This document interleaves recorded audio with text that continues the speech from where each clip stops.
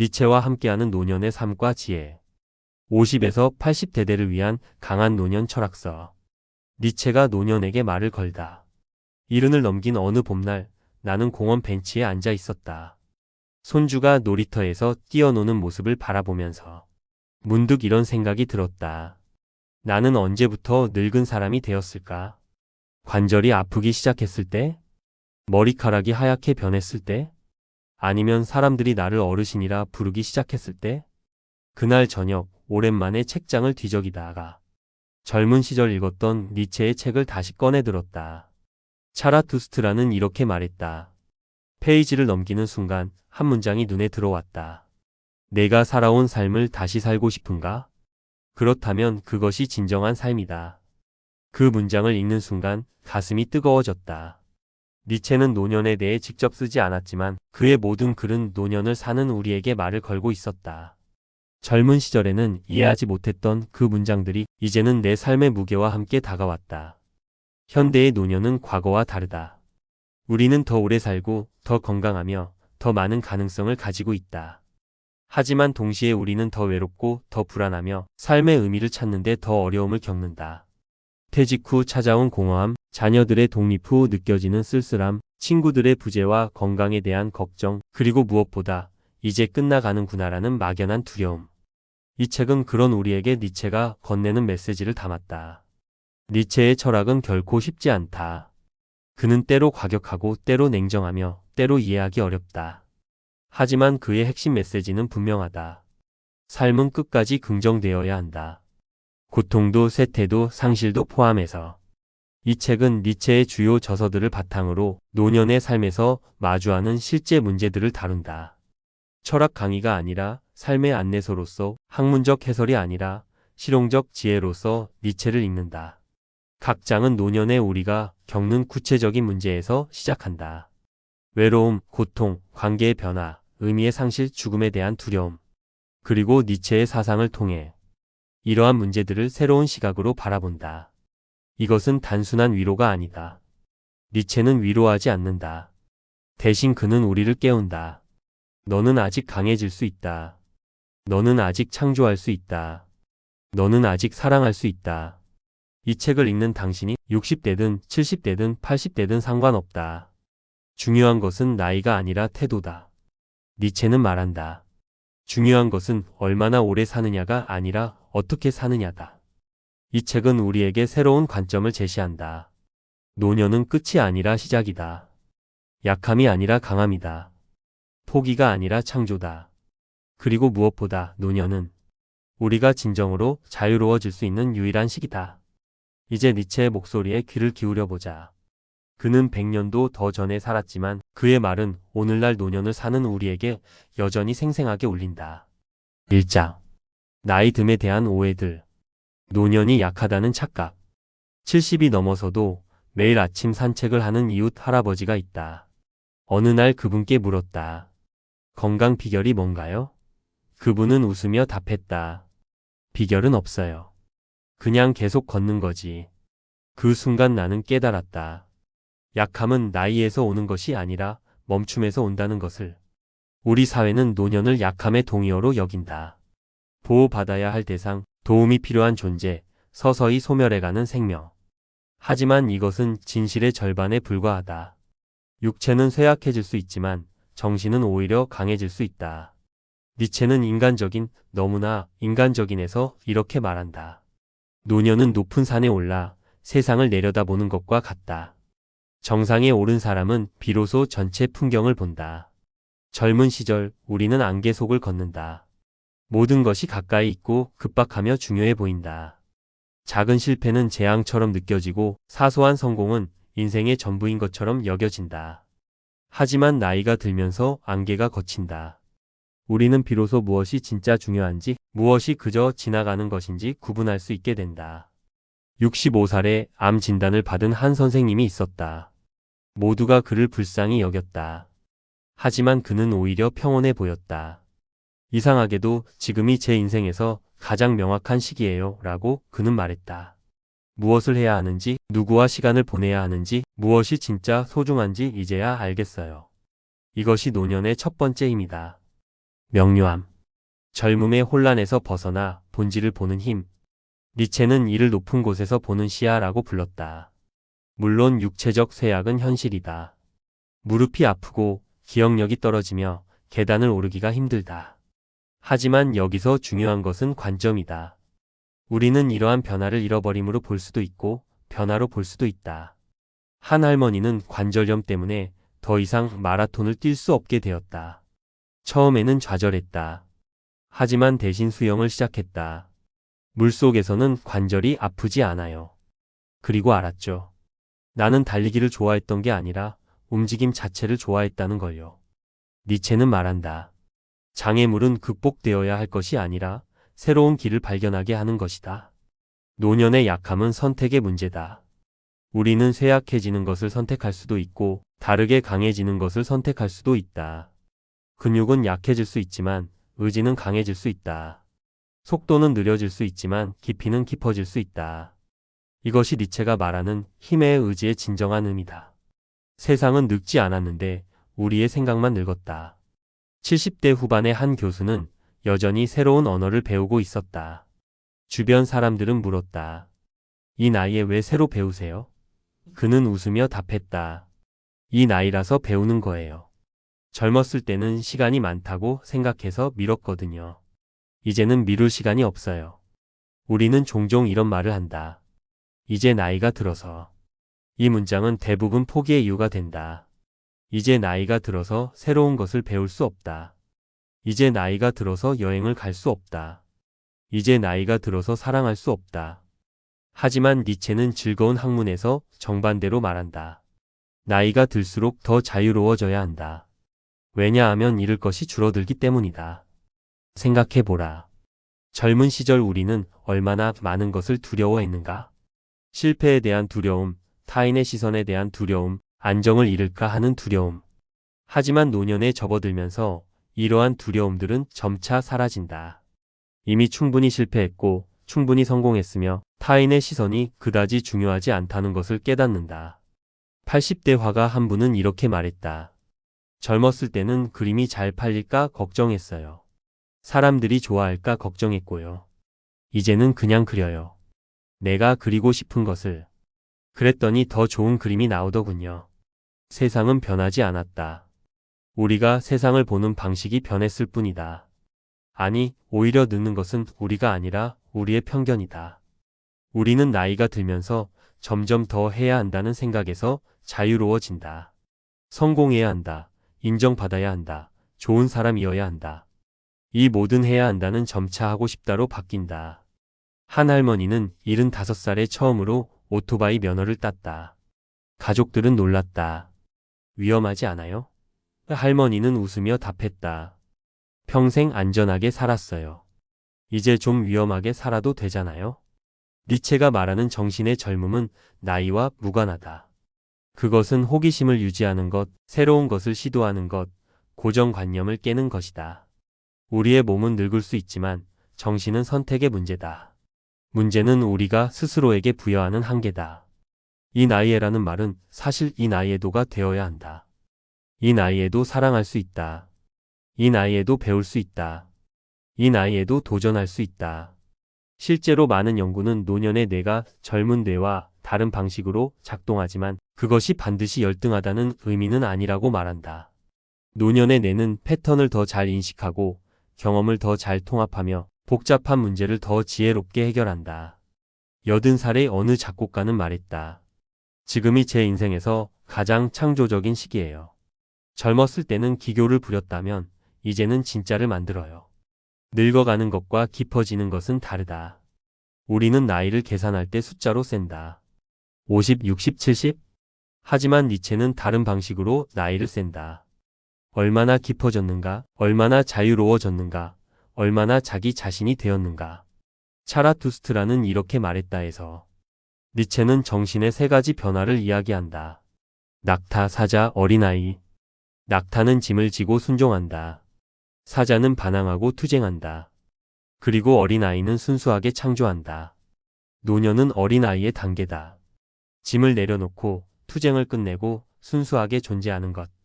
이것은 유치함이 아니라 성숙의 최고 단계다. 한 할아버지는 손주와 놀면서 이렇게 말했다. 애들이랑 노니까 애가 된 것 같아요. 근데 신기한 건 젊었을 때 애들이랑 놀 때는 어른인 척하느라 힘들었거든요. 이제는 그냥 진짜로 즐거워요. 깊어진다는 것은 무엇인가? 그것은 표면에서 본질로 나아가는 것이다. 젊은 시절 우리는 많은 것을 소유하려 했다. 돈, 명예, 인정, 사랑. 하지만 나이가 들면서 우리는 소유보다 존재가 중요하다는 것을 깨닫는다. 65살의 사업을 정리한 한 사장은 말했다. 평생 뭔가를 쌓는다고 바쁘게 살았어요. 이제는 쌓은 것보다 남은 것이 더 중요해요. 가족, 친구, 조용한 아침 이런 것들이요. 니체는 말한다.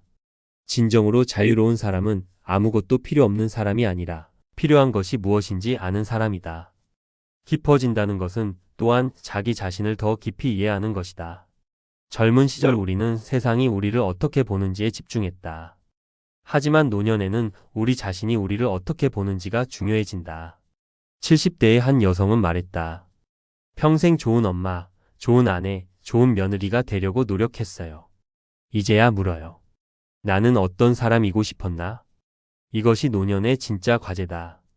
타인이 원하는 나에서 벗어나 내가 원하는 나로 돌아가는 것. 니체는 이를 자기 자신이 되기라고 불렀다. 그리고 그는 말한다. 이것은 평생의 작업이며 대부분의 사람들은 노년에야 비로소 이 작업을 시작한다고. 사라짐의 두려움을 넘어서는 법. 노년의 가장 큰 두려움은 무엇일까? 죽음? 질병? 외로움? 이 모든 것의 근저에는 하나의 공통된 두려움이 있다. 사라짐의 두려움. 기억에서, 세상에서, 의미에서 사라지는 것에 대한 두려움. 80대의 한 작가는 이렇게 말했다. 젊었을 때는 무언가를 남기고 싶었어요. 책, 업적, 명성. 이제는 깨달았어요. 결국 모든 것은 사라진다는 걸요. 그리고 그게 괜찮다는 것도요. 니체는 우상의 황혼에서 말한다. 영원한 것은 없다. 그렇기 때문에 매 순간이 소중하다. 사라짐의 두려움은 역설적이다. 우리는 사라지지 않으려고 애쓰지만 그 애씀 자체가 우리를 지금 이 순간에서 사라지게 만든다. 우리는 과거의 영광에 매달리고 미래의 기억을 걱정하면서 지금 여기를 놓친다. 한 할머니는 말했다. 예전에는 사진을 많이 찍었어요. 순간을 기억하고 싶어서요. 근데 사진 찍느라 정작 그 순간을 놓쳤죠. 이제는 그냥 봐요. 기억하려 하지 않고요. 그랬더니 더 깊이 남더라고요. 니체의 해법은 간단하다. 사라짐을 받아들이는 것. 아니, 받아들이는 것을 넘어 긍정하는 것. 왜냐하면 사라짐이 있기에 존재가 의미 있기 때문이다. 생각해보라. 영원히 사라지지 않는 것이 있다면 그것은 정말 소중할까? 꽃이 아름다운 이유는 시들기 때문이다. 저녁 노을이 애틋한 이유는 곧 어둠이 오기 때문이다. 삶이 귀한 이유는 끝이 있기 때문이다. 이것을 니체는 영겁회귀의 사상으로 표현한다. 만약 당신의 삶이 영원히 반복된다면 당신은 지금의 삶을 다시 살고 싶은가? 이 질문은 사라짐의 두려움을 극복하는 열쇠다. 우리가 사라짐을 두려워하는 이유는 살아온 삶을 후회하기 때문이다. 제대로 살지 못했다는 생각, 중요한 것을 놓쳤다는 생각, 다시 기회가 주어진다면 다르게 살 텐데 하는 생각. 하지만 니체는 말한다.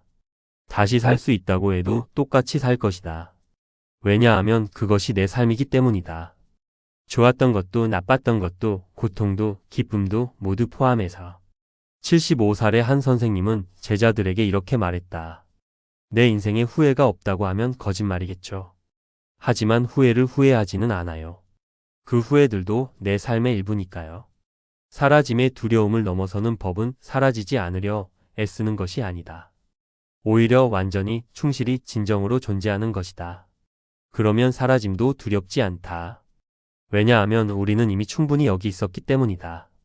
니체의 말 너의 삶을 사랑하라. 니체 철학의 핵심은 한마디로 요약할 수 있다. 아모르 파티. 운명해. 내 운명을 사랑하라. 이것은 단순한 체념이 아니다. 니체가 말하는 사랑은 능동적이고 적극적인 긍정이다. 내 삶에서 일어난 모든 것을 좋은 것도 나쁜 것도 기쁨도 고통도 성공도 실패도 모두 사랑한다는 것이다. 어느 80살 할머니가 인터뷰에서 말했다. 제 인생이 순탄했다고 할 수는 없어요. 전쟁도 겪었고, 가난도 겪었고, 사랑하는 사람을 잃기도 했죠. 하지만 다시 태어나도 똑같이 살 거예요. 왜냐하면 그 모든 것이 지금의 나를 만들었거든요. 이것이 노년의 지혜다. 더 이상 삶을 판단하지 않는 것. 이건 좋았고 저건 나빴어라고 나누지 않는 것. 모든 것을 하나의 전체로, 하나의 이야기로, 하나의 의미로 보는 것. 젊은 시절 우리는 삶을 조각으로 본다. 성공한 시기, 실패한 시기, 행복했던 시기, 불행했던 시기. 하지만 노년에 이르면 전체 그림이 보인다. 그리고 깨닫는다. 모든 조각이 필요했다는 것을. 실패가 없었다면 성공도 의미 없었을 것이고, 고통이 없었다면 기쁨도 알지 못했을 것이라는 것을.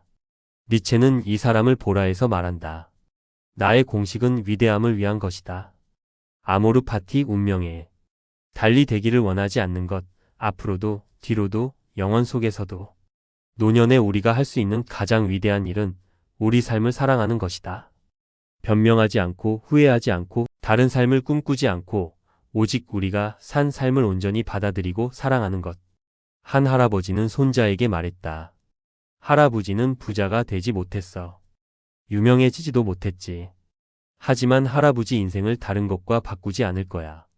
왜냐하면 이게 할아버지 인생이거든. 이것이 노년의 첫 번째 교훈이다. 나이 듦은 약함이 아니라 명료함이다. 끝이 아니라 깊이다. 사라짐이 아니라 완성이다. 그리고 무엇보다 삶을 사랑할 수 있는 마지막 기회다. 오늘의 사색 질문. 나는 내 삶을 다시 살고 싶은가? 만약 그렇지 않다면 지금부터 무엇을 바꿀 것인가? 2장. 고통을 대하는 니체식 태도. 관절의 통증보다 마음의 통증이 더 크다. 병원 대기실에서 만난 한 할머니가 말했다. 무릎이 아파서 왔는데 의사 선생님이 그러더군요. 나이 들면 당연한 거래요. 그 말이 무릎보다 더 아프더라고요. 노년의 고통은 이중적이다. 육체의 고통과 그 고통에 대한 마음의 반응. 그리고 놀랍게도 후자가 종종 더 크다. 무릎이 아픈 것보다. 이제 끝이구나라는 생각이 더 아프다. 기억력이 떨어지는 것보다. 나는 쓸모 없어지고 있어라는 느낌이 더 아프다.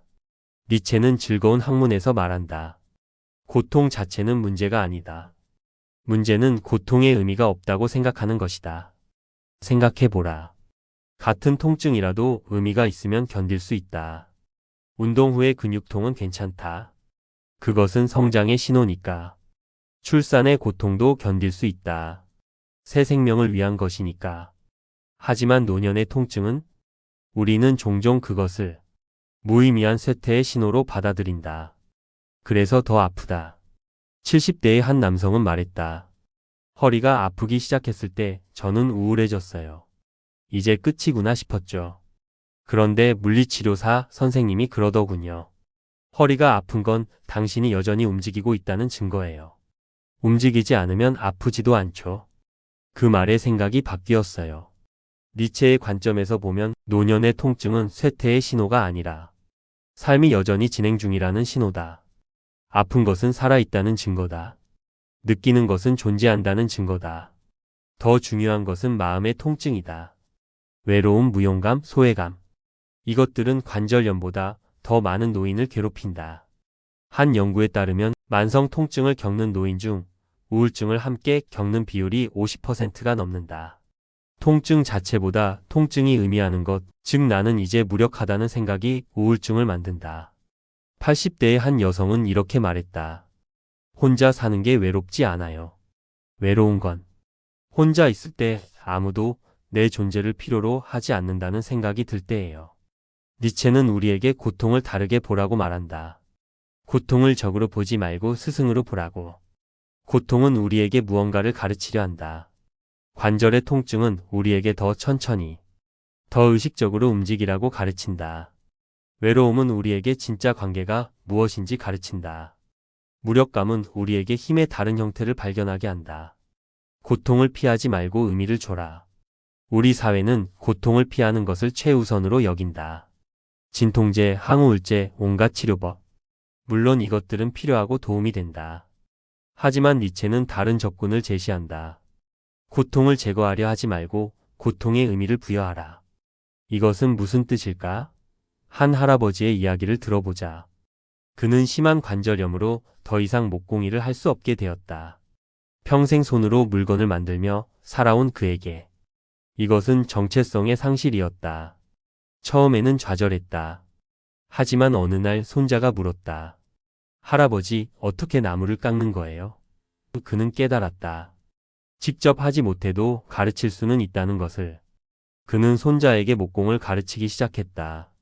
손이 아파서 직접 할 수는 없었지만 그의 지식과 경험은 여전히 가치가 있었다. 고통은 사라지지 않았다. 하지만 고통의 의미가 바뀌었다. 그것은 더 이상 나는 무력하다의 증거가 아니라 나는 다른 방식으로 기여할 수 있다는 신호가 되었다. 니체는 도덕의 계보에서 말한다. 인간은 고통 자체를 견딜 수 없는 것이 아니라 고통의 무의미함을 견딜 수 없다. 의미 있는 고통은 견딜 수 있다. 아니, 견딜 수 있을 뿐만 아니라 우리를 성장시킨다. 문제는 무의미한 고통이다. 왜 나에게 이런 일이? 라는 질문에 답이 없을 때 고통은 참을 수 없게 된다. 그렇다면 노년의 고통에 어떻게 의미를 부여할 수 있을까? 첫째, 고통을 교사로 받아들인다. 한 할머니는 말했다. 치매 초기 진단을 받았을 때 처음엔 세상이 무너지는 것 같았어요. 하지만 이제는 매일매일을 더 소중히 여기게 됐어요. 기억할 수 있을 때 더 깊이 기억하려고 노력하죠. 둘째, 고통을 연결의 기회로 본다. 고통은 우리를 고립시킬 수도 있지만 동시에 다른 사람들과 연결시킬 수도 있다. 같은 고통을 겪는 사람들과의 유대감, 도움을 주고받는 관계. 셋째, 고통을 변화의 촉매로 본다. 65살에 암 진단을 받은 한 여성은 말했다.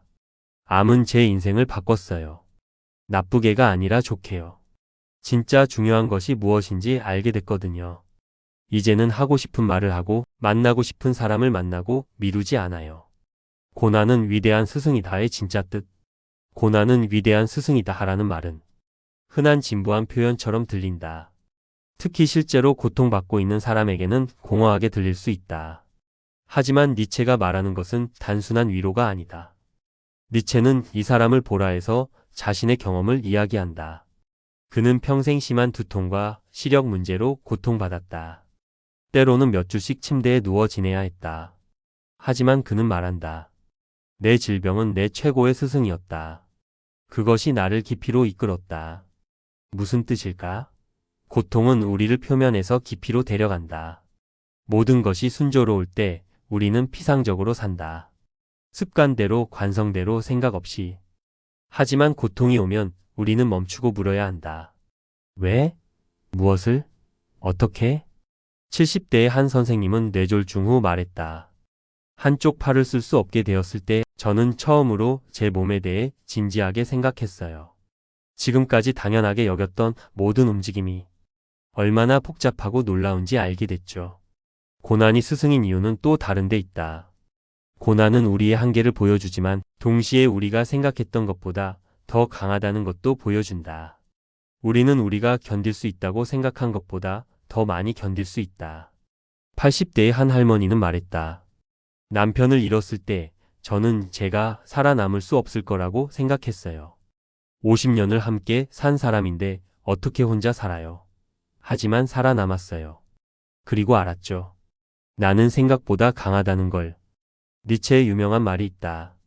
나를 죽이지 못하는 것은 나를 더 강하게 만든다. 이것은 단순한 격언이 아니라 실존적 진리다. 고통을 겪고 살아남는 것은 우리에게 새로운 힘을 준다. 그것은 근육이 아니라 정신의 힘이다. 하지만 여기서 중요한 것은 살아남는 것만이 아니다. 니체가 말하는 것은 능동적인 극복이다. 고통을 그저 견디는 것이 아니라 그것을 통해 성장하는 것. 한 할아버지는 파킨슨병 진단 후 이렇게 말했다. 처음에는 왜 나에게? 라고 물었어요. 이제는 이것으로 내가 무엇을 할 수 있을까? 라고 물어요. 파킨슨 환자 모임을 시작했어요. 같은 처지의 사람들끼리 서로 돕는 거죠. 병은 여전하지만 의미는 달라졌어요. 노년의 상처, 어떻게 다시 힘으로 바뀌는가? 노년에 이르면 우리는 많은 상처를 안고 있다. 관계의 상처, 실패의 상처, 상실의 상처, 후회의 상처. 이 상처들은 우리를 약하게 만들까? 강하게 만들까? 니체의 답은 명확하다. 그것은 우리의 선택에 달려 있다. 상처는 두 가지 방식으로 작용할 수 있다. 하나는 우리를 무력하게 만드는 것이다. 나는 상처받았다. 나는 피해자다. 나는 무력하다. 이 경로를 따르면 상처는 평생 우리를 지배한다. 다른 하나는 우리를 강하게 만드는 것이다. 나는 상처받았다. 나는 살아남았다. 나는 강하다. 이 경로를 따르면 상처는 우리의 힘의 원천이 된다. 한 할머니의 이야기를 들어보자. 그녀는 젊은 시절 이혼을 경험했다. 당시 사회적 낙인이 심했던 시기였다. 그녀는 홀로 두 아이를 키우며 온갖 어려움을 겪었다. 오랫동안 그녀는 이 경험을 수치로 여겼다. 하지만 70이 넘어서 그녀는 같은 처지의 젊은 여성들을 돕는 일을 시작했다. 제 경험이 다른 사람들에게 도움이 될 수 있더라고요. 이혼이 끝이 아니라 새로운 시작이 될 수 있다는 걸 보여줄 수 있었어요. 니체는 이것을 가치의 전환이라고 부른다. 약함으로 여겨졌던 것을 강함으로 바꾸는 것. 수치로 여겨졌던 것을 자랑으로 바꾸는 것. 상처를 지혜로 바꾸는 것. 이 전환은 어떻게 일어나는가? 첫째, 상처를 부정하지 않는다.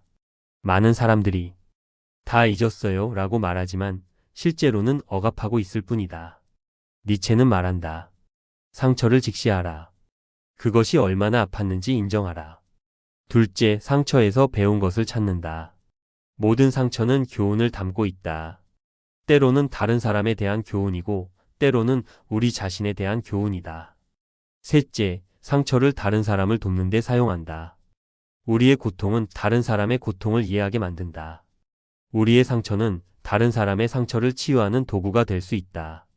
한 할아버지는 알코올 중독을 극복한 후 말했다. 제 인생에서 가장 부끄러운 시기가 지금은 가장 의미 있는 시기가 됐어요. 같은 문제로 고통받는 사람들을 도울 수 있으니까요. 니체의 말 부서지지 않는 것만이 진정한 것. 니체의 또 다른 유명한 말이 있다. 깊은 고통만이 정신을 해방시킨다. 그것은 우리를 마지막 깊이로 내려가게 한다. 노년의 고통은 우리를 이 마지막 깊이로 데려간다. 더 이상 피상적일 수 없다. 더 이상 가식적일 수 없다. 고통은 모든 불필요한 것을 벗겨내고 본질만 남긴다. 80대의 한 시인은 말했다. 젊었을 때는 화려한 단어들로 시를 썼어요. 이제는 간단한 단어들만 사용해요. 하지만 더 깊어요. 고통이 불필요한 것들을 다 태워버렸거든요. 부서지지 않는 것만이 진정한 것이라는 니체의 말은 무슨 뜻일까? 그것은 고통의 시험을 통과한 것만이 진정으로 우리의 것이라는 의미다. 쉽게 얻은 것은 쉽게 사라진다. 하지만 고통을 통해 얻은 지혜, 고난을 통해 형성된 성품, 상처를 통해 배운 연민, 이것들은 결코 사라지지 않는다. 노년의 고통은 우리를 약하게 만들지 않는다. 오히려 진짜 우리를 드러낸다. 가식과 허영을 벗겨내고 본질만 남긴다. 그리고 그 본질은 우리가 생각했던 것보다 훨씬 강하다. 오늘의 사색 질문. 내 삶의 가장 큰 고통은 나에게 무엇을 가르쳐 주었는가? 그 고통을 어떻게 힘으로 바꿀 수 있을까? 3장. 외로움과 관계의 새로운 정의. 관계가 줄어드는 시대에 75살이 된 어느 날 나는 핸드폰 연락처를 정리하고 있었다. 500개가 넘는 이름들. 하지만 정말로 연락하는 사람은 몇 명이나 될까? 실제로 세어보니 10명이 채 되지 않았다. 나머지는 모두 과거의 흔적이었다. 이것이 노년의 현실이다. 관계는 줄어든다. 직장 동료들과는 퇴직 후 연락이 끊어진다. 친구들은 하나둘 세상을 떠나거나 건강 문제로 만나기 어려워진다. 자녀들은 각자의 삶에 바쁘다. SNS에는 수백 명의 친구가 있지만 실제로 깊은 대화를 나누는 사람은 거의 없다. 한 연구에 따르면 65세 이상 노인의 43%가 외로움을 느낀다고 답했다. 그리고 이 외로움은 단순한 감정이 아니라 건강에 심각한 영향을 미친다. 만성적인 외로움은 흡연만큼이나 해롭다는 연구 결과도 있다. 니체는 차라투스트라는 이렇게 말했다에서 말한다. 고독과 외로움은 다르다. 고독은 선택이고 외로움은 강요다. 우리가 겪는 것은 고독인가, 외로움인가? 많은 노인들이 혼자 있지만 그것이 선택이 아니라 강요라고 느낀다. 그래서 외롭다. 하지만 니체는 우리에게 다른 관점을 제시한다. 혼자 있음을 선택으로 바꿀 수 있다면 외로움은 고독으로 변할 수 있다. 70대의 한 여성은 말했다. 남편이 세상을 떠난 후 처음 몇 년은 정말 외로웠어요. 집은 너무 조용했고 저녁 식사를 혼자 하는 게 너무 슬펐죠. 하지만 어느 순간 이 고요함이 평화로워졌어요. 처음으로 온전히 제 시간을 갖게 된 거예요. 관계가 줄어드는 것은 막을 수 없는 현실이다. 하지만 그것을 어떻게 받아들이느냐는 우리의 선택이다. 양의 감소를 질의 향상으로 바꿀 수 있다면 관계의 줄어듦은 오히려 축복이 될 수 있다. 진짜 벗은 가려지고 남는다. 젊은 시절 우리는 많은 사람들과 관계를 맺는다. 직장 동료, 동호회 친구, 이웃, 학부모 모임. 이 중 얼마나 많은 관계가 진짜였을까? 니체는 인간적인, 너무나 인간적인에서 우정에 대해 이야기한다. 진정한 우정은 드물다. 대부분의 관계는 필요에 의한 것이거나 습관에 의한 것이다. 노년에 이르면 이것이 명확해진다. 더 이상 직장이 없으니 직장 동료와의 관계는 자연스럽게 끝난다. 자녀가 성장하니 학부모 모임도 사라진다. 이익이나 필요에 기반한 관계들이 하나씩 떨어져 나간다. 하지만 남는 관계가 있다. 어떤 이유도 없이 그저 서로를 좋아하기 때문에 남는 관계. 이것이 진짜 우정이다. 80대의 한 할아버지는 말했다. 젊었을 때는 친구가 100명도 넘는다고 생각했어요. 이제는 진짜 친구는 3명뿐이라는 걸 알아요. 하지만 그 3명이면 충분해요. 아니, 그 3명이 전부예요. 니체가 말하는 진정한 우정의 특징은 무엇일까? 그것은 서로를 사용하지 않는 관계다. 상대방에게서 무언가를 얻으려 하지 않고 그저 상대방의 존재 자체를 기쁘게 여기는 관계. 한 할머니는 60년 지기 친구에 대해 이렇게 말했다. 우리는 한 달에 한 번 만나서 차를 마셔요. 특별한 이야기를 하지도 않아요. 그냥 함께 있는 것만으로도 좋아요. 말이 없어도 편하네요. 노년의 관계는 이렇게 변한다. 말이 많지 않아도 되는 관계. 자주 만나지 않아도 변하지 않는 관계. 무언가를 함께 하지 않아도 함께 있는 것만으로 충분한 관계. 이것은 손실이 아니라 정제다. 불순물이 제거되고 순수한 것만 남는 것. 니체는 이를 정신의 귀족주의라고 불렀다. 소수의 진짜 관계가 다수의 가짜 관계보다 훨씬 가치 있다. 노년의 외로움은 허물이 아니라 선물. 우리 사회는 외로움을 부정적으로 본다. 외로운 노인은 불쌍한 존재, 실패한 인생으로 여겨진다. 하지만 니체는 전혀 다른 관점을 제시한다. 고독할 수 있는 능력은 강함의 표시다. 약한 자들은 항상 무리를 짓는다. 생각해보라. 왜 우리는 외로움을 두려워하는가? 혼자 있으면 자기 자신과 마주해야 하기 때문이다. 자신의 생각, 자신의 과거, 자신의 두려움과 직면해야 한다.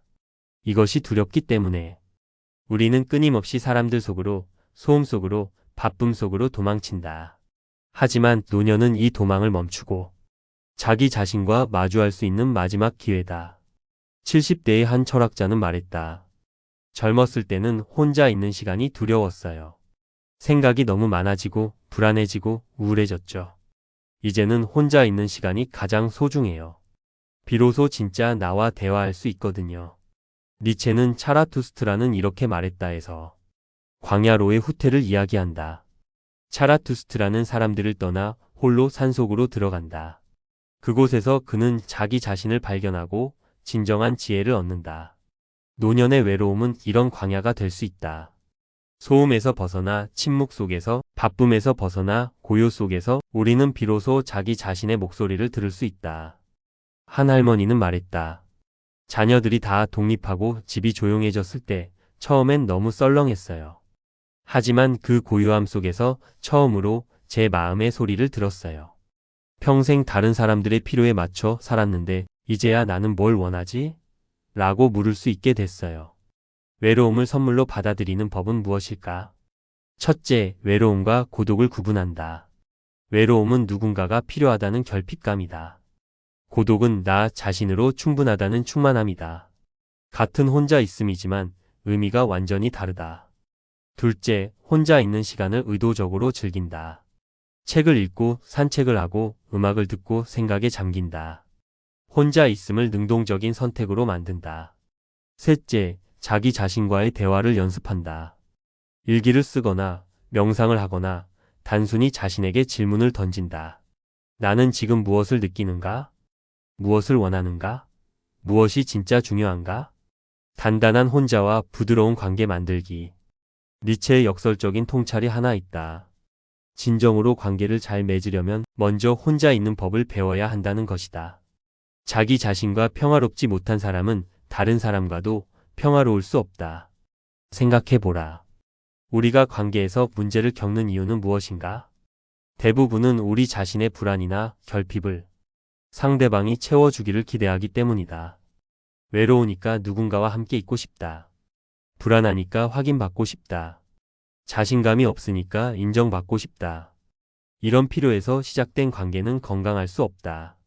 상대방에게 너무 많은 것을 요구하게 되고 결국 관계가 무거워지고 부담스러워진다. 하지만 자기 자신으로 충분한 사람은 다르다. 그는 관계를 필요가 아니라 기쁨으로 맺는다.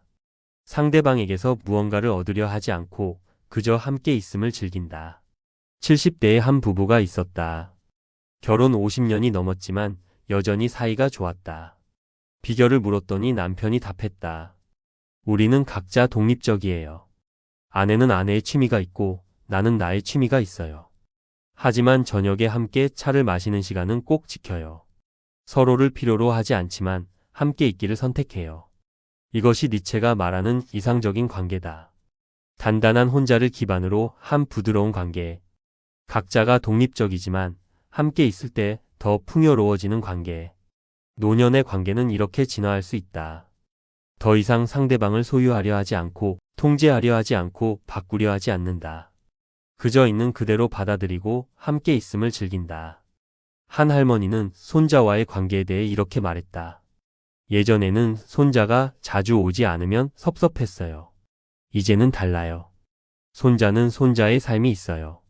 올 때는 진심으로 반갑고 안 와도 괜찮아요. 제 행복이 손자한테 달려있지 않거든요. 단단한 혼자를 만드는 법.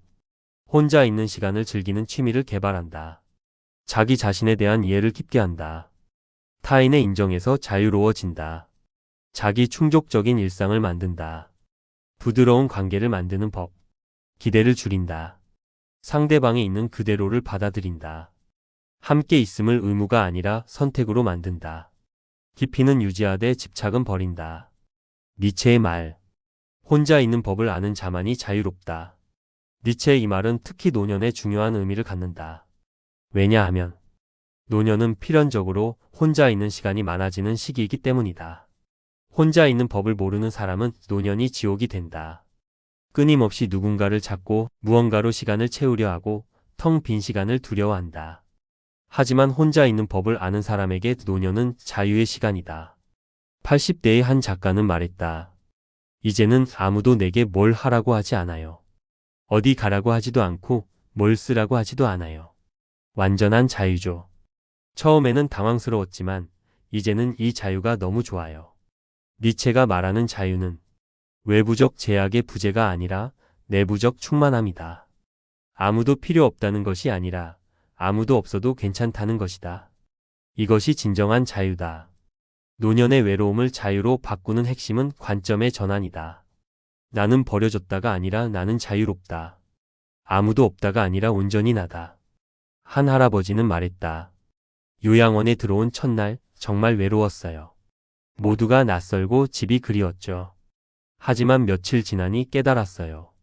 여기는 평생 처음으로 아무 책임이 없는 곳이에요.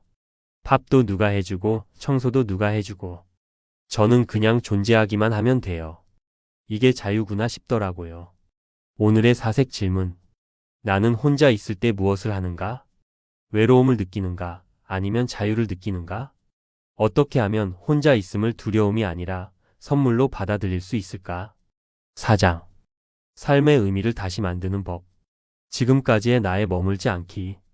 65살에 퇴직한 한 교사가 있었다. 30년 넘게 교단에 섰던 그는 퇴직 후 극심한 혼란을 겪었다. 나는 누구인가? 라는 질문이 끊임없이 떠올랐다. 평생 선생님이었던 그는 더 이상 선생님이 아닌 자신을 정의할 수 없었다. 이것은 많은 노인들이 겪는 정체성의 위기다. 우리는 평생 역할로 자신을 정의한다. 직장인, 부모, 배우자, 전문가. 하지만 노년에 이르면 이 역할들이 하나씩 사라진다. 퇴직, 자녀 독립, 때로는 배우자의 사망. 역할이 사라지면 나는 누가 되는가?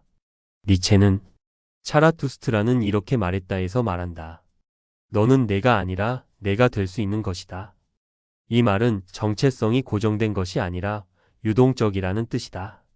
우리는 끊임없이 변화하고 진화하고 새로워질 수 있다. 나이가 들었다고 해서 예외는 아니다.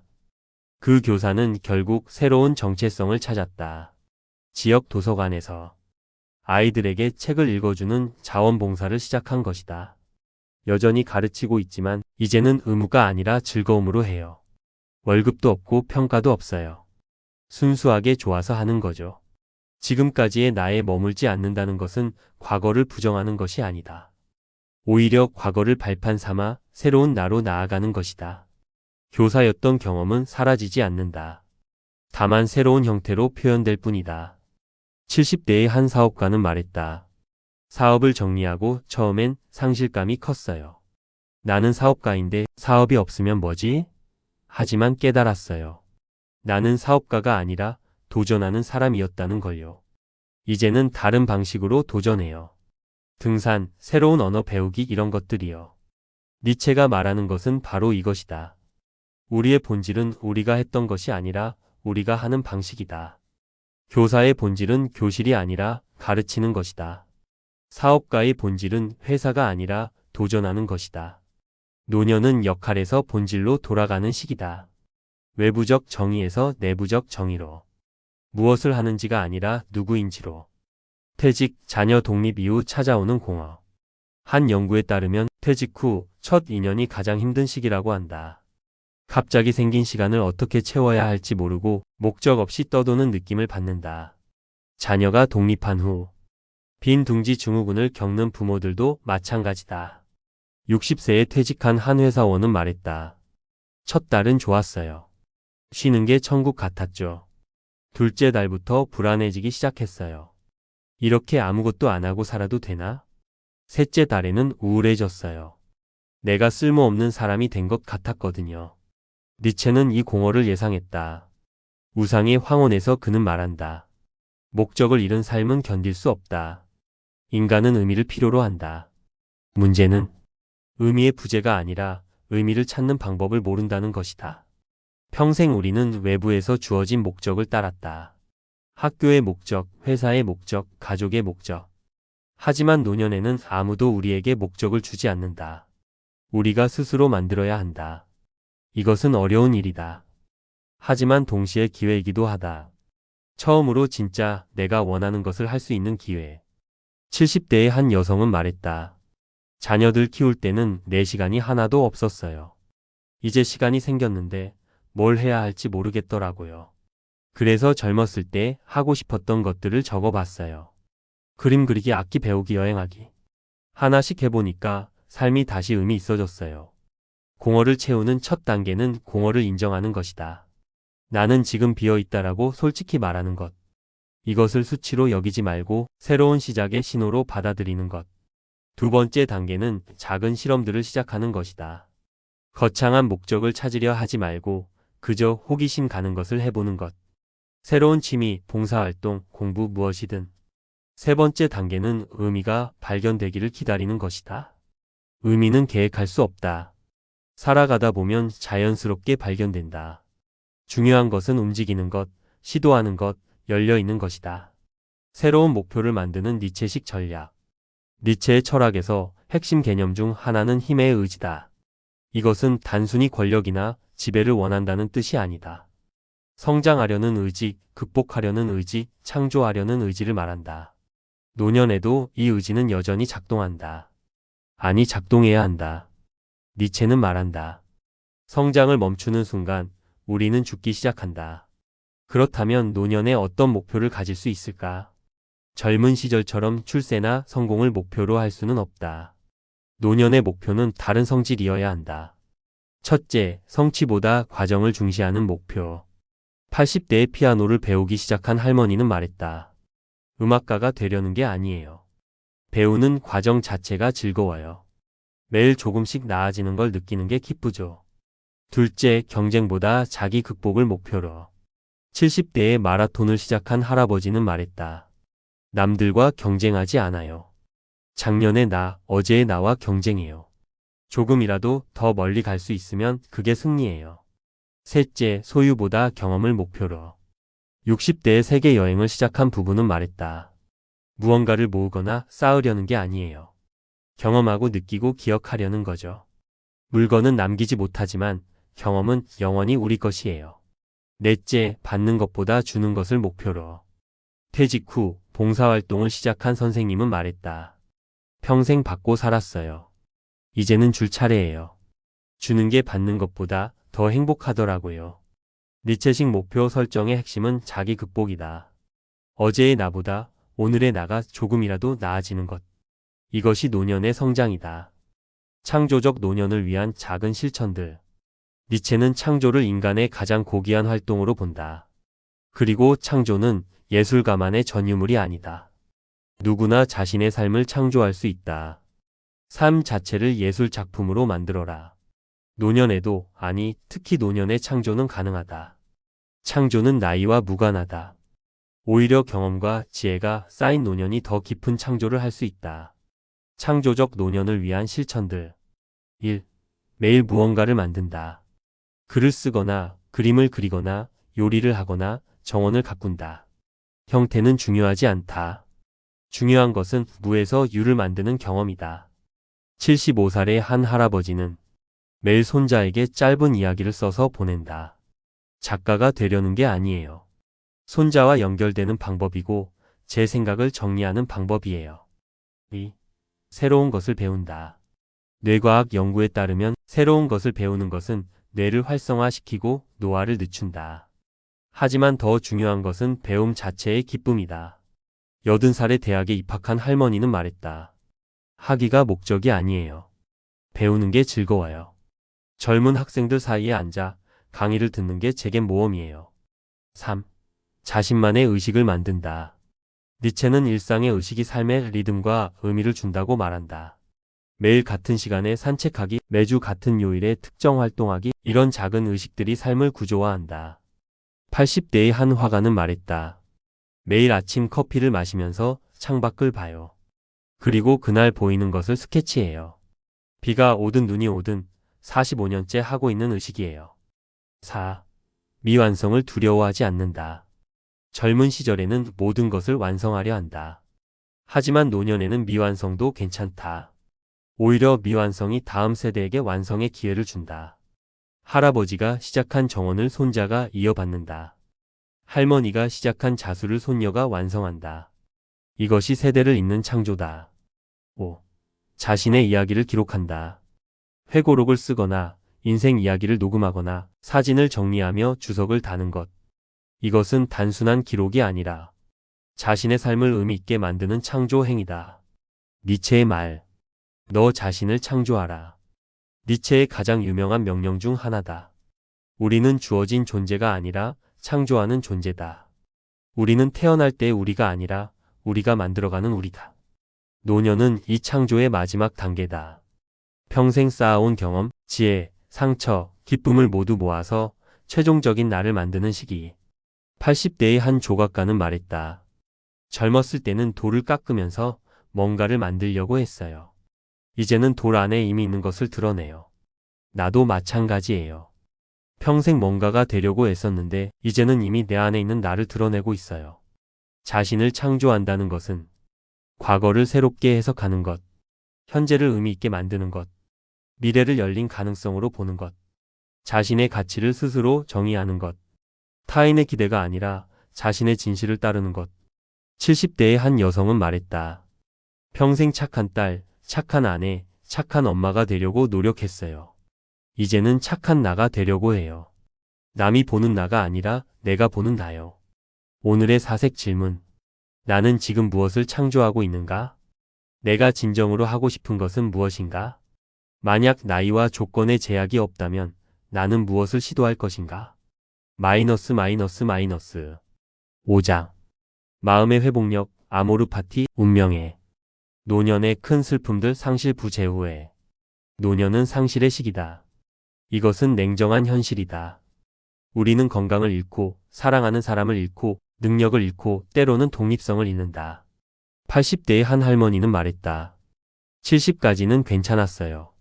그런데 70부터 80까지 10년 동안 남편을 잃었고, 가장 친한 친구 둘을 잃었고, 시력의 절반을 잃었고, 혼자 걸을 수 있는 능력을 잃었어요. 상실 앞에서 우리는 어떻게 해야 하는가? 대부분의 사람들은 부정하거나 회피하거나 분노한다. 이것은 자연스러운 반응이다.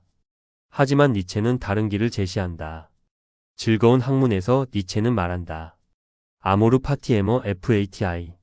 내 운명을 사랑하라. 이것이 나의 가장 깊은 본성이다. 운명을 사랑하라. 상실을, 고통을, 죽음을, 이것이 어떻게 가능한가? 니체가 말하는 것은 맹목적인 긍정이 아니다. 그는 고통을 부정하지 않는다. 오히려 고통을 직시하고 인정하고 그럼에도 불구하고 삶 전체를 긍정하는 것이다. 생각해보라. 우리 삶에서 기쁨만 있었다면 그 기쁨은 정말 기쁨이었을까? 상실이 없다면 소유의 가치를 알 수 있을까? 죽음이 없다면 삶은 정말 소중할까? 70대의 한 남성은 아내를 잃은 후 말했다. 아내가 떠난 후 몇 년간은 정말 힘들었어요.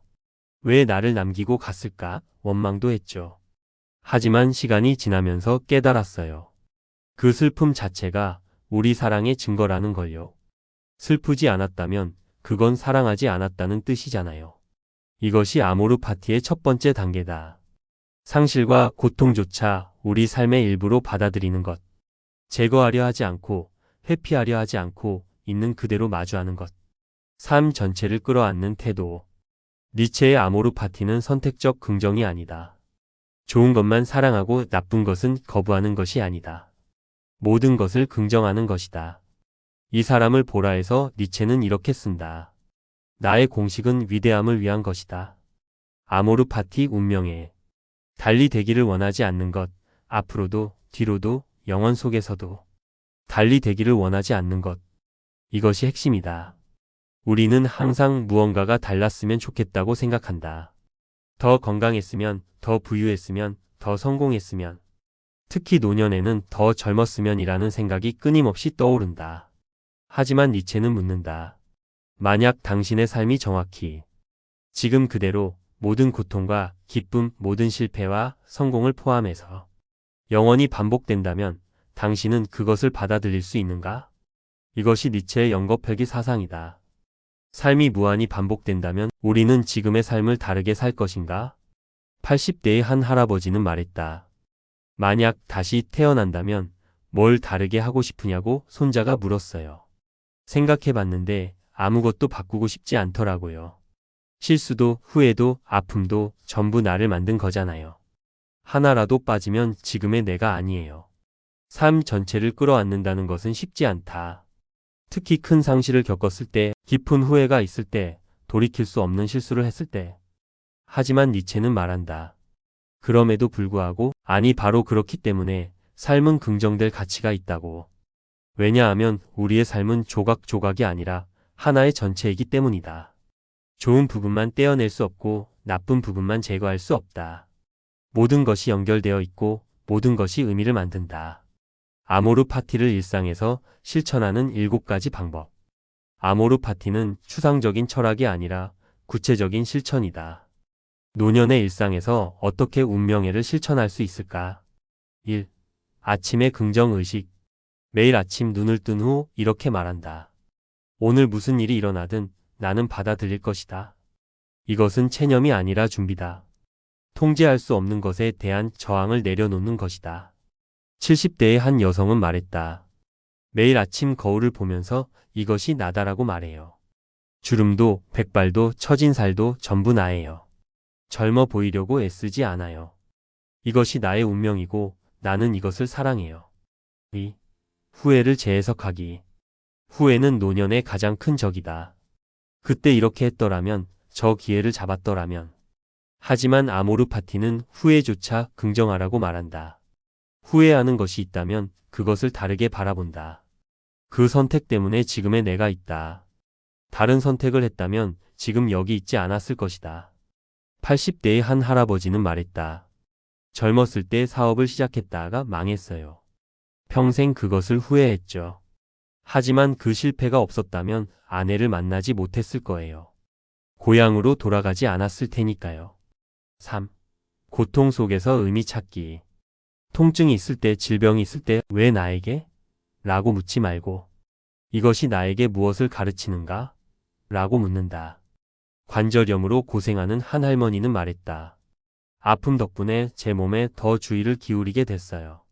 천천히 움직이고 의식적으로 움직이고 그랬더니 몸과 더 친해졌어요. 4. 일기에 감사 기록하기. 매일 저녁 3가지를 적는다. 오늘 일어난 좋은 일, 나쁜 일, 그리고 둘 다에 대한 감사. 나쁜 일에도 감사? 그렇다. 그것도 삶의 일부이기 때문에. 오늘 병원에 갔다. 검사 결과가 좋지 않았다. 감사한 것 내 몸이 신호를 보내고 있다.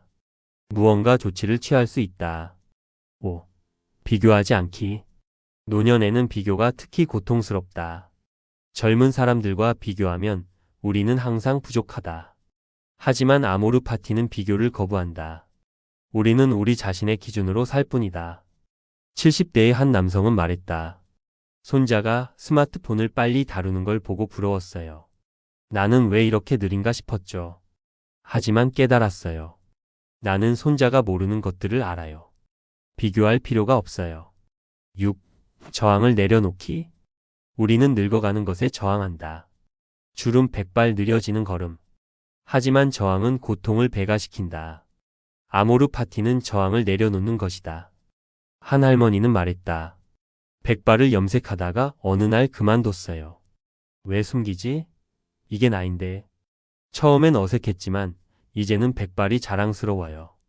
이 머리카락 하나하나가 내가 살아온 증거니까요. 7.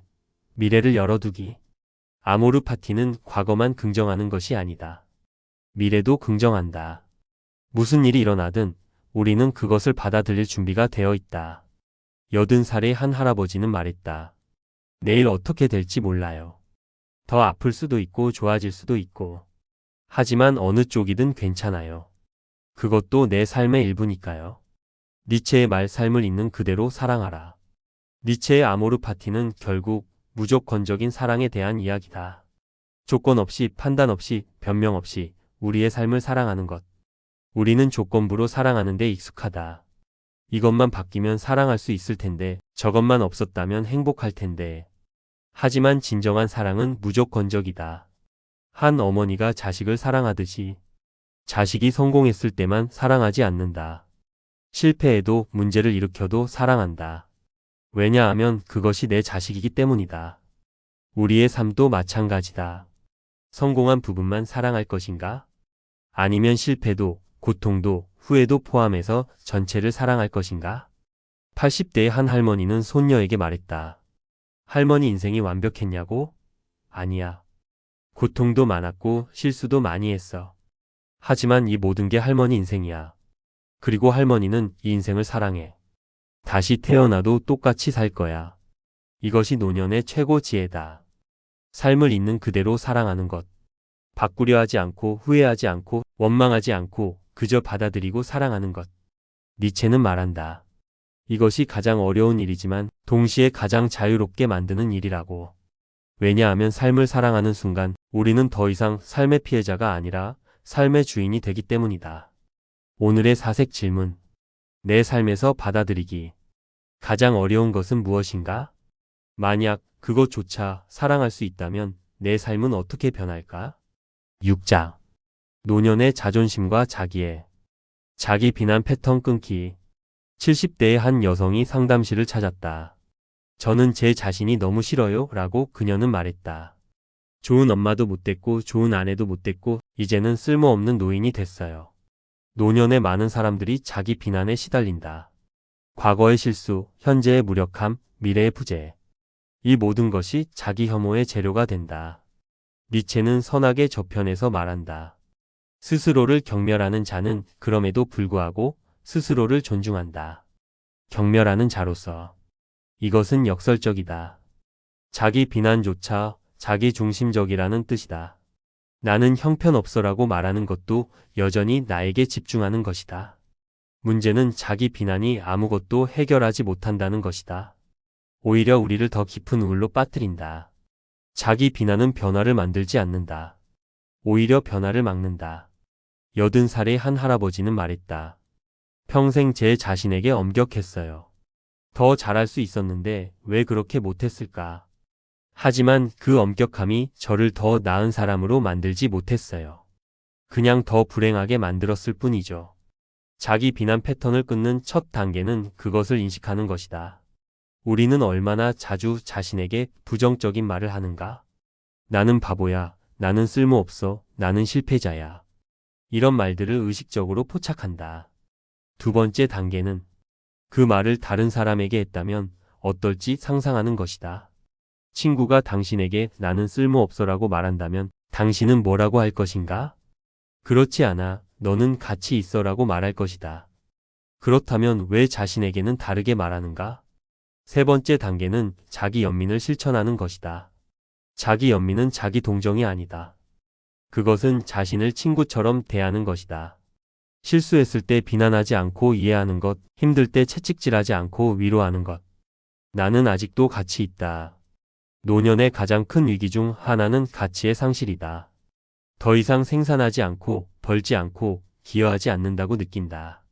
특히 자본주의 사회에서 생산성으로 가치를 측정하는 문화 속에서 노인들은 쉽게 무가치함을 느낀다. 하지만 니체는 다른 가치 기준을 제시한다.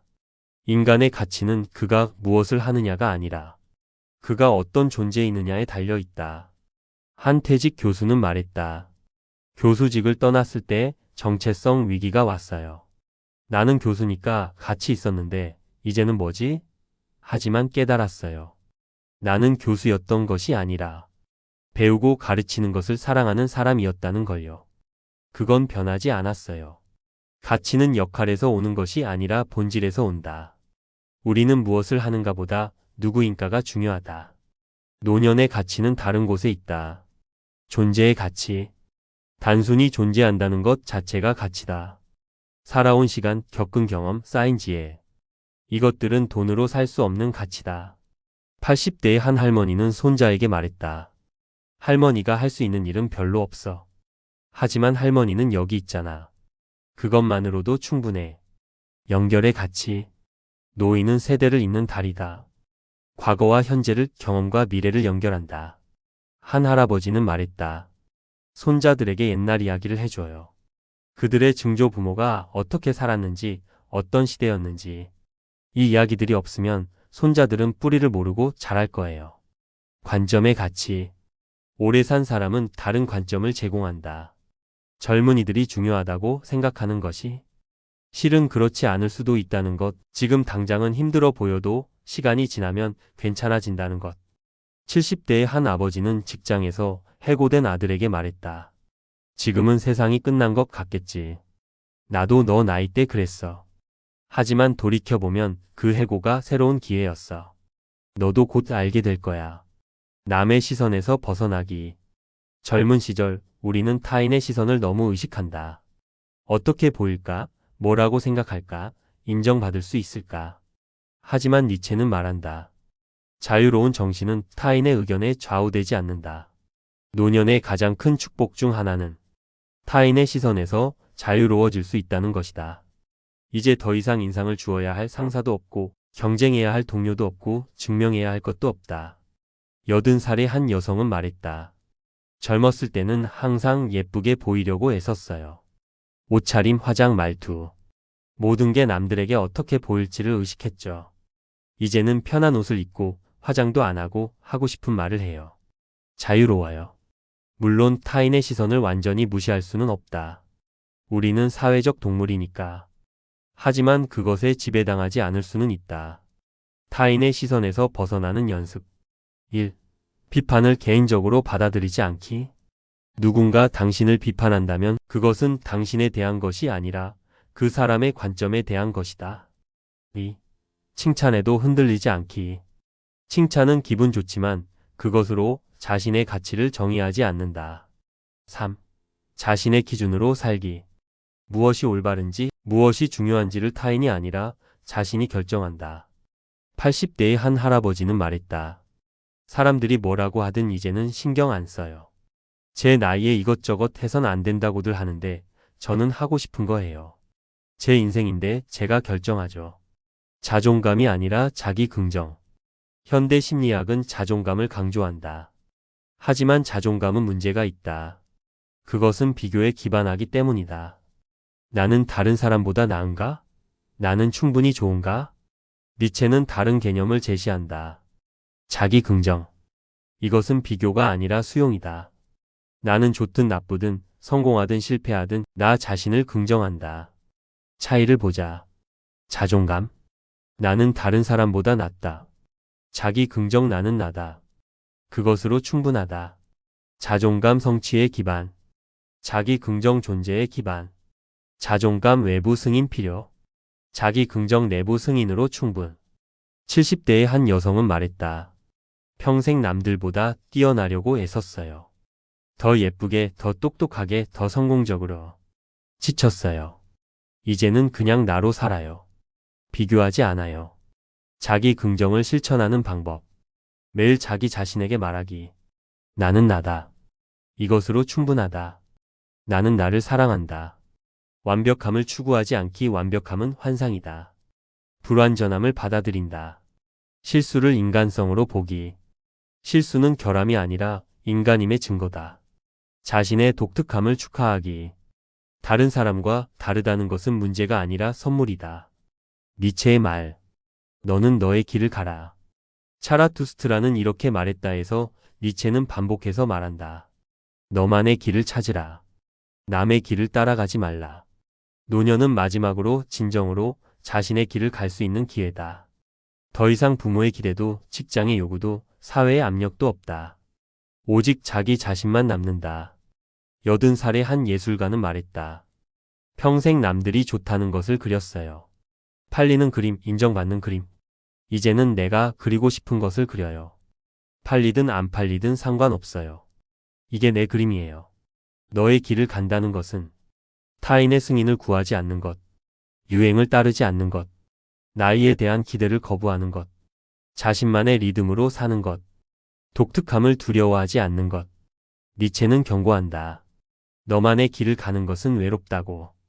왜냐하면 대부분의 사람들은 무리를 따라가기 때문이다. 하지만 그는 또 말한다. 이 외로움이 진정한 자유라고. 80대의 한 할머니는 손녀에게 말했다. 사람들이 뭐라고 하든 신경 쓰지 마. 내 인생이야. 내가 결정해. 할머니는 80이 되어서야 이걸 배웠어. 너는 지금 배워. 오늘의 사색 질문. 나는 나 자신을 사랑하는가? 아니면 특정 조건을 만족할 때만 사랑하는가? 만약 모든 조건을 내려놓는다면 나는 어떤 사람인가? 마이너스. 7장. 마지막을 준비하는 법. 죽음과 존엄. 두려움 없이 죽음을 준비하는 니체식 태도. 죽음. 노년에 가장 피하고 싶지만 피할 수 없는 주제다. 우리는 죽음을 금기시한다. 말하지 않으면 오지 않을 것처럼. 하지만 침묵은 두려움을 키울 뿐이다. 니체는 죽음에 대해 많이 썼다. 그리고 그의 관점은 독특하다. 때 맞춰 죽는 것, 이것이 차라투스트라의 가르침이다. 때 맞춰 죽는다는 것은 무슨 뜻일까? 그것은 죽음을 삶의 완성으로 보는 것이다. 죽음은 삶의 반대가 아니라 삶의 일부다. 85살의 한 할아버지는 말했다. 제 친구들은 죽음을 두려워해요. 저는 그렇지 않아요. 오히려 호기심이 생겨요. 마지막 모험 같은 거죠. 제 인생의 마지막 장이에요. 니체식 죽음 준비는 부정이나 회피가 아니다. 오히려 정면으로 마주하는 것이다. 죽음을 생각하는 것이 우울한 것이 아니라 더 잘 살게 만든다고 니체는 말한다. 왜냐하면 죽음을 의식할 때 우리는 삶의 유한성을 깨닫고 매 순간을 더 소중히 여기게 되기 때문이다. 한 할머니는 말했다. 암 진단을 받았을 때 처음엔 충격이었어요. 하지만 그 후 2년이 제 인생에서 가장 풍요로운 시간이었어요. 매일이 선물처럼 느껴졌거든요. 죽음을 준비한다는 것은 물리적 준비, 유언장, 장례 계획, 재산 정리. 이것은 현실적이고 필요한 부분이다. 관계적 준비, 화해해야 할 사람과 화해하고 전해야 할 말을 전하고 사랑을 표현한다. 정신적 준비, 죽음에 대한 두려움을 직시하고 받아들이고 평화를 찾는다. 철학적 준비, 자신의 삶을 돌아보고 의미를 찾고 긍정한다. 죽음은 삶의 종말이 아닌 완성. 니체는 죽음을 끝이 아니라 완성으로 본다. 교향곡의 마지막 음표처럼, 소설의 마지막 문장처럼 죽음은 삶을 완성시킨다. 차라투스트라는 이렇게 말했다 해서 니체는 자유로운 죽음을 이야기한다. 올바른 시간에 자유롭게 죽는 것, 이것이 차라투스트라가 가르치는 것이다. 자유로운 죽음이란 무엇인가? 그것은 죽음을 수동적으로 당하는 것이 아니라 능동적으로 맞이하는 것이다. 준비된 죽음, 의미 있는 죽음, 존엄한 죽음. 한말기 암 환자는 호스피스에서 말했다. 의사들은 제가 6개월 산다고 했어요. 그럼 6개월을 어떻게 살지 생각했죠. 버킷리스트를 만들고 가족과 시간을 보내고 제 인생을 정리했어요. 이제는 준비됐어요. 죽음을 완성으로 보는 관점은 삶을 어떻게 바꾸는가? 첫째, 매 순간을 더 소중히 여긴다. 영원히 산다면 오늘은 중요하지 않다. 하지만 시간이 유한하다면 오늘이 소중하다. 둘째, 진짜 중요한 것에 집중한다. 죽음 앞에서는 사소한 것들이 사라진다. 남는 것은 본질 뿐이다. 셋째, 용기가 생긴다. 어차피 끝이 있다면 두려워할 것이 무엇인가? 하고 싶은 말을 하고 하고 싶은 것을 한다. 넷째, 감사하게 된다. 주어진 시간이 선물임을 깨닫는다. 남겨진 이들과의 관계 정리. 죽음을 준비하는 것은 나만의 일이 아니다. 남겨질 사람들을 위한 일이기도 하다. 니체는 말한다.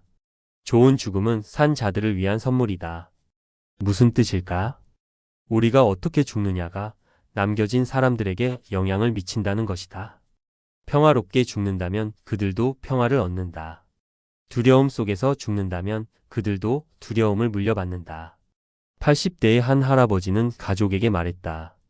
내가 죽으면 슬퍼하되 오래 슬퍼하지는 마. 나는 좋은 삶을 살았어.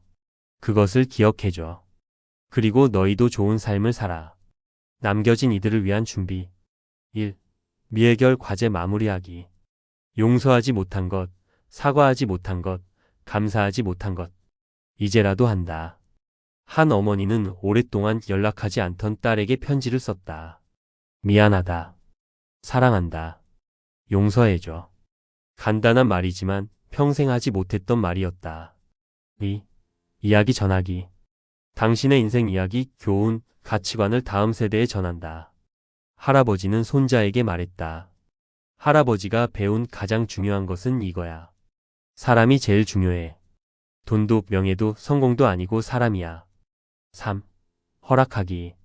가족들에게 당신을 보내도 된다고 허락한다. 그들이 슬퍼하되 계속 살아가도 된다고. 한 할머니는 말했다. 내가 떠나도 너희는 행복해야 해.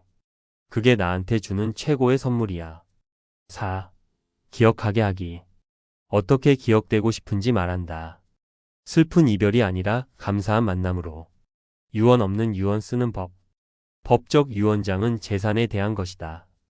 하지만 니체가 말하는 유언은 다르다. 그것은 삶의 의미, 가치, 지혜를 전하는 것이다. 영혼의 유언을 쓰는 방법. 1. 가장 소중한 기억 기록하기. 당신의 인생에서 가장 행복했던 순간, 가장 의미 있었던 경험, 가장 사랑했던 사람들. 2. 배운 교훈 정리하기. 인생을 통해 배운 것들. 실수에서 배운 것, 성공에서 배운 것, 고통에서 배운 것. 한 할아버지는 썼다. 인생에서 배운 것. 1. 사랑은 말로만 하는 게 아니라 행동으로 하는 것. 2. 실패는 끝이 아니라 배움의 기회. 3. 가장 중요한 것은 지금 이 순간. 3. 감사 표현하기. 당신의 삶을 풍요롭게 한 사람들에게 감사를. 아내에게 50년을 함께 해줘서 고마워. 어머니에게 나를 키워줘서 고마워. 친구들에게 함께 해줘서 고마워. 4. 축복 남기기. 남겨질 사람들을 위한 축복과 격려. 손자들에게 너희만의 길을 가라. 남의 기대에 맞추려 하지 말고 너 자신이 되어라. 할아버지가 항상 너희를 응원해. 5. 마지막 메시지. 당신이 세상에 남기고 싶은 마지막 말. 85살의 한 할아버지는 썼다. 제 삶은 완벽하지 않았습니다. 하지만 의미 있었습니다. 제가 배운 가장 중요한 것은 사랑입니다. 사랑하고 용서하고 감사하며 사세요. 그것이 좋은 삶입니다. 니체의 말. 죽음까지도 삶의 일부다. 니체의 가장 심오한 통찰 중 하나는 죽음을 삶에서 분리하지 않는 것이다. 우리는 죽음을 삶의 반대로, 삶의 끝으로, 삶의 실패로 본다. 하지만 니체는 말한다. 죽음은 삶의 일부라고. 생각해보라. 하루가 아침, 낮, 저녁으로 이루어지듯이 인생도 시작, 중간, 끝으로 이루어진다. 저녁이 하루의 실패인가? 아니다. 하루의 완성이다. 마찬가지로 죽음은 삶의 실패가 아니라 완성이다. 니체는 차라투스트라는 이렇게 말했다에서 말한다. 많은 이들은 너무 늦게 죽고 몇몇은 너무 일찍 죽는다. 때 맞춰 죽으라는 가르침은 여전히 낯설게 들린다. 때 맞춰 죽으라. 이것을 차라투스트라는 가르친다. 때 맞춰 죽는다는 것은 시간의 문제가 아니다. 준비의 문제다. 삶을 완성한 사람은 때 맞춰 죽는다. 아직 완성하지 못한 사람은 너무 일찍 죽는다. 80살의 한 할머니는 말했다. 제가 언제 죽을지는 모르죠. 하지만 지금 죽어도 후회는 없어요. 할 만큼 했고, 사랑할 만큼 사랑했고, 살 만큼 살았어요. 죽음을 삶의 일부로 받아들이면 죽음이 덜 두렵다. 삶이 더 소중해진다. 매 순간을 더 의식적으로 산다. 진짜 중요한 것에 집중한다. 평화를 찾는다. 한 호스피스 의사는 말했다. 죽음을 받아들인 환자들은 평화롭습니다. 죽음과 싸우는 환자들은 고통스럽죠.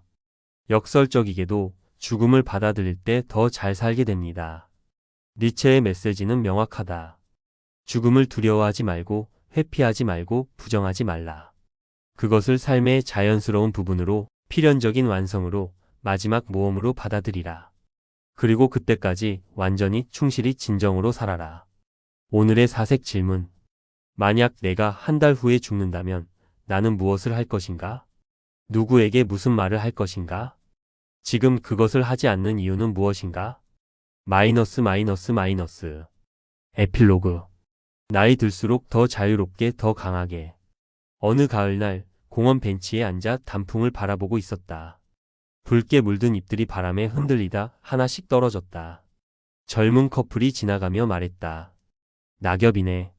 슬프다. 나는 혼자 미소 지었다. 슬픈가? 아니다. 아름답다. 낙엽은 끝이 아니다. 나무가 다음 봄을 준비하는 방식이다. 불필요한 것을 내려놓고 본질로 돌아가고 새로운 시작을 위해 에너지를 모으는 것. 노년도 마찬가지다. 이 책을 통해 우리는 니체와 함께 노년의 여정을 걸었다. 쉽지 않은 여정이었다. 니체는 위로하지 않는다. 대신 그는 깨운다. 흔들고 도전하고 질문을 던진다. 하지만 그 끝에서 우리는 깨닫는다. 노년은 약함이 아니라 강함이다. 끝이 아니라 완성이다. 상실이 아니라 본질로의 회귀다. 우리가 배운 것들. 일장에서 배운 것. 나이 들면 쇠퇴가 아니라 깊어짐이다. 우리는 육체적으로 약해질 수 있지만 정신적으로는 더 강해질 수 있다. 명료함, 지혜, 자유는 노년의 선물이다. 2장에서 배운 것. 고통은 적이 아니라 스승이다. 고통의 의미를 부여할 때 고통은 우리를 성장시킨다. 노년의 상처는 힘의 원천이 될 수 있다. 3장에서 배운 것. 외로움은 약함이 아니라 자유의 기회다. 혼자 있는 법을 아는 사람만이 진정으로 자유롭다. 관계는 줄어들지만 남는 관계는 더 진실하다. 4장에서 배운 것. 노년에도 우리는 창조할 수 있다. 새로운 목표, 새로운 의미, 새로운 자신을 만들 수 있다. 우리는 끊임없이 진화하는 존재다. 5장에서 배운 것. 운명의 아모르 파티는 삶 전체를 긍정하는 것이다. 좋은 것만이 아니라 나쁜 것도, 기쁨만이 아니라 고통도. 이 모든 것이 우리의 삶이고 사랑할 가치가 있다. 6장에서 배운 것. 진정한 자조는 비교가 아니라 자기 긍정이다. 우리는 우리 자신의 길을 갈 자유가 있다. 타인의 시선에서 벗어나 진정한 나로 살 수 있다. 7장에서 배운 것. 죽음은 끝이 아니라 완성이다. 죽음을 준비하는 것은 삶을 완성하는 것이다. 죽음까지도 삶의 일부로 받아들일 때 우리는 진정으로 자유롭다. 마이너스. 80대의 한 할아버지가 손자에게 말했다. 할아버지가 지금 가장 행복해. 젊었을 때보다, 중년 때보다. 왜냐하면 이제야 진짜 나로 살고 있거든. 이것이 니체가 우리에게 전하는 메시지다. 나이 들수록 우리는 더 자유로워질 수 있다. 잃을 것이 줄어들고 두려움이 사라지고 진실이 명확해진다. 물론 노년은 어렵다. 고통도 있고 상실도 있고 슬픔도 있다. 니체는 이것을 부정하지 않는다. 하지만 그는 말한다. 이 어려움 속에서도, 아니 바로 이 어려움 때문에 우리는 강해질 수 있다고. 나를 죽이지 못하는 것은 나를 더 강하게 만든다. 노년을 살아가는 모든 분들에게 이 책이 작은 위로가, 큰 용기가 되기를 바란다. 니체의 목소리가 때로는 거칠고 냉정하지만 그 안에는 깊은 사랑과 존경이 담겨 있다. 인간에 대한, 삶에 대한, 그리고 노년에 대한. 당신은 지금까지 살아남았다. 수많은 고통과 기쁨을 겪으며 상실과 획득을 경험하며 여기까지 왔다. 그 자체가 승리다. 그 자체가 강함이다. 이제 마지막 장이 남았다. 어떻게 쓸 것인가? 두려움으로? 후회로? 아니면 용기로? 사랑으로? 니체는 말한다. 당신의 삶을 예술 작품으로 만들라고. 마지막 붓질이 가장 중요하다고. 그것이 전체 그림을 완성하기 때문이다. 80살의 한 화가는 마지막 그림을 그리며 말했다. 이 그림이 제 마지막 작품이 될 거예요. 그래서 더 정성을 들여요. 평생의 모든 것을 이 한 폭에 담고 싶어요. 우리의 삶도 마찬가지다. 마지막 장이 가장 중요하다. 그것이 우리 삶 전체의 의미를 결정하기 때문이다. 그러니 두려워하지 말자. 후회하지 말자. 대신 용기를 내자. 사랑하자. 살아있는 매 순간을 온전히 살자. 니체의 말로 이 책을 마친다. 그대의 삶을 사랑하라.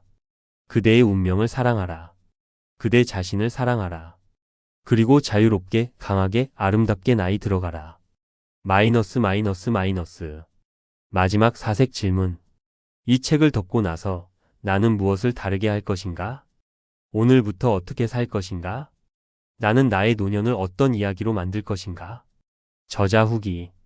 이 책을 쓰는 동안 나는 많은 노인들을 만났다. 요양원에서, 공원에서, 커피숍에서. 그들의 이야기를 들었고 그들의 지혜를 배웠다. 그리고 깨달았다. 니체의 철학은 책 속에만 있는 것이 아니라 실제로 노년을 살아가는 사람들의 삶 속에 있다는 것을. 고통 속에서도 웃는 할머니, 혼자지만 외롭지 않은 할아버지, 80이 넘어 새로운 것을 배우는 어르신들. 이들이 바로 니체가 말한 강한 노년을 살고 있었다. 이 책이 완벽하다고 생각하지 않는다. 하지만 진심이 담겨 있다. 노년을 사는 모든 분들에 대한 존경과 사랑이. 당신의 노년이 두려움이 아니라 자유로, 약함이 아니라 강함으로, 끝이 아니라 완성으로 가득하기를 진심으로 바란다. 감사합니다.